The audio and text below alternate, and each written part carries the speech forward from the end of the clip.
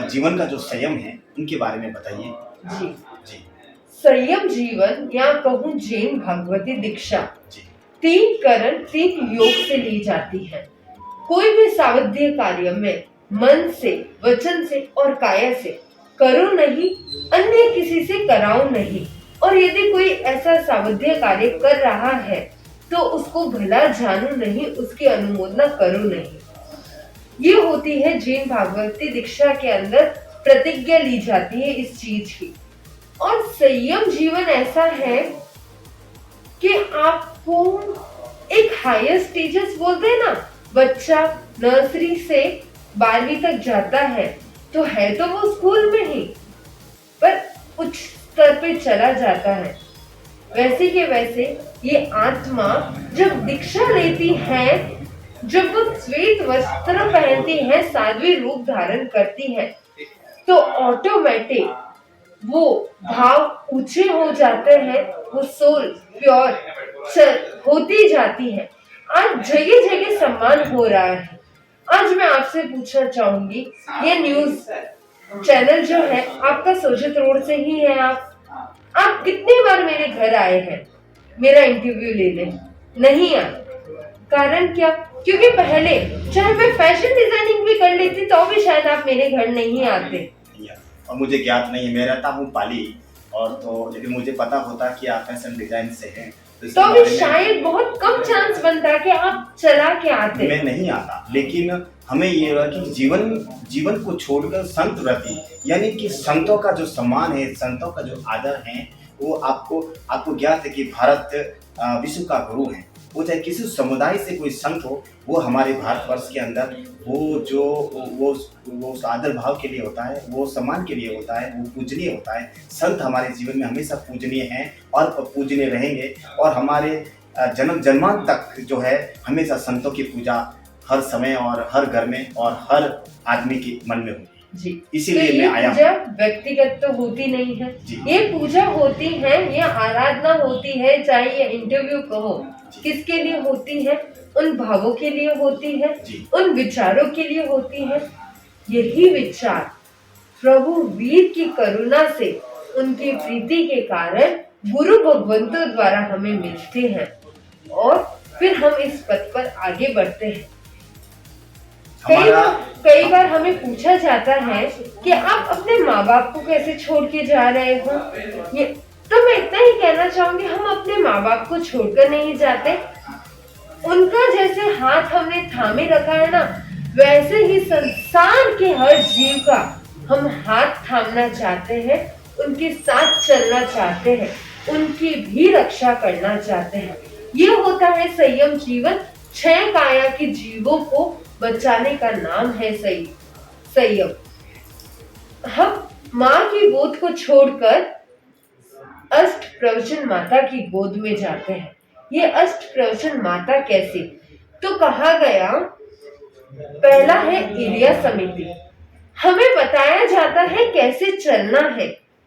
कारण आज यदि आप किसी व्यक्ति को चप्पल के साथ भेजिए, चप्पल पहनकर सड़क पे भेजिए, और एक व्यक्ति को बिना चप्पल के साथ भेजिए, और फिर उस दोनों को मंजिल पे पहुंचने पर पूछिएगा किसने कितने जीवों को मारा, या किसने कितनी कितनी चीजें देखी।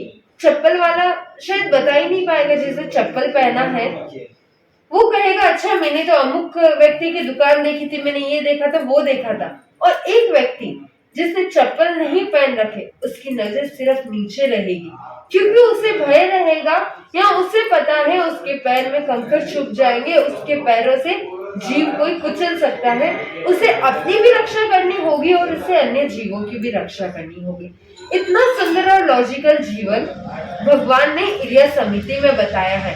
वो भी ऐसा नहीं बहुत आगे सामने देखकर, सिर्फ 4 हाथ सामने देखकर, दूसरा प्रमाण सामने देखकर चलने की विधि बताई है। तो वही भाषा समिति बताई है। क्या आपने कभी सुना है? बोलने के भी बहुत सारे रूल्स एंड रेगुलेशन होते हैं, कहीं पे ऐसा बताया गया है आपको?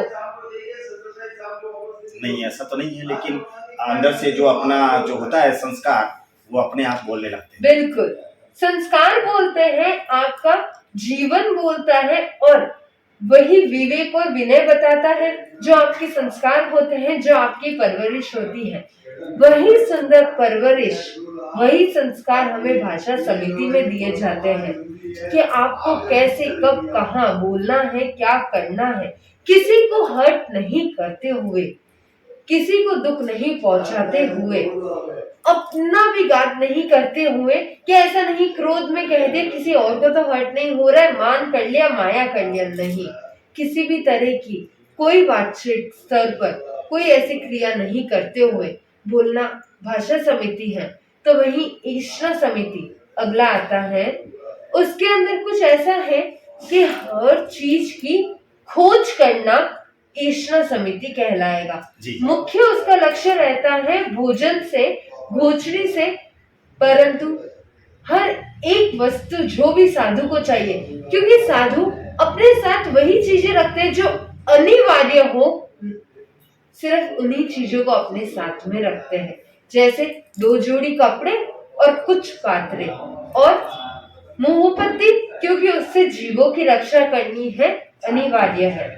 हाथ में एक रजोहरण और एक पूंछड़ी, बस, और कुछ किताबें, ऐसा नहीं बहुत सारी, कुछ किताबें, जिससे उनका स्वाध्याय। मैं ये कहना चाहूंगा कि अभी 2 साल लगातार कोरोना काल की मार पूरा विश्व झेल रहे हैं, और जो आपके मुंह की पत्ती के बारे में जो बताया था, आज कम से कम 2500 वर्ष पहले ही जैन धर्म ने मुंह की पत्ती के बारे में और इसके बारे में बताया था कि किस प्रकार से इसका जीवन और जो भगवान के बारे में जो इधर दूसरे कण है, कीटाणु है, जाते हैं, उसके बारे में आप जरा बताइए। जी, भगवान महावीर इतने दूरदृष्टि थे, या कहो सुपर साइंटिस्ट है भगवान महावीर जी, क्योंकि आज जो प्रोटोकॉल्स कोरोना के लिए आए थे, जैसे सोशल डिस्टेंसिंग करना है, आइसोलेशन है, मेटल को ज्यादा टच नहीं करना है, यदि आप गाइडेंस में देखेंगे उसके अंदर मेटल के रिलेटेड भी बहुत चीजें आएगी,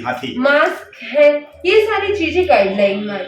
भगवान महावीर ने अपने ज्ञान में देखकर हमें कई सालों पहले बता दिया है, मुंहपत्ती का यूज करो, बाहर आपके हवा के कण नहीं जाएंगे, ना जीवों का घात होगा और ना किसी को परेशानी होगी।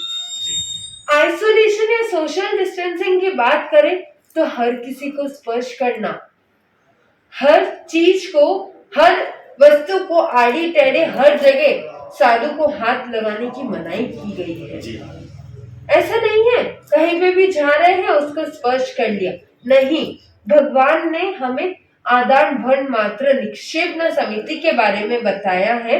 उसके अंदर हर चीज को पूंजा जाता है या व्यवस्थित रूप से विधि पूर्वक देखा जाता है, उसके ऊपर कुछ है तो नहीं, फिर उसे स्पर्श किया जाता है। कहीं बैठना हो तो पहले प्रतिलेखन किया जाता है कि उसके नीचे कोई गंदगी तो नहीं, कोई जीव तो नहीं, तो सारा इन्फेक्शन का डर दूर हो जाता है।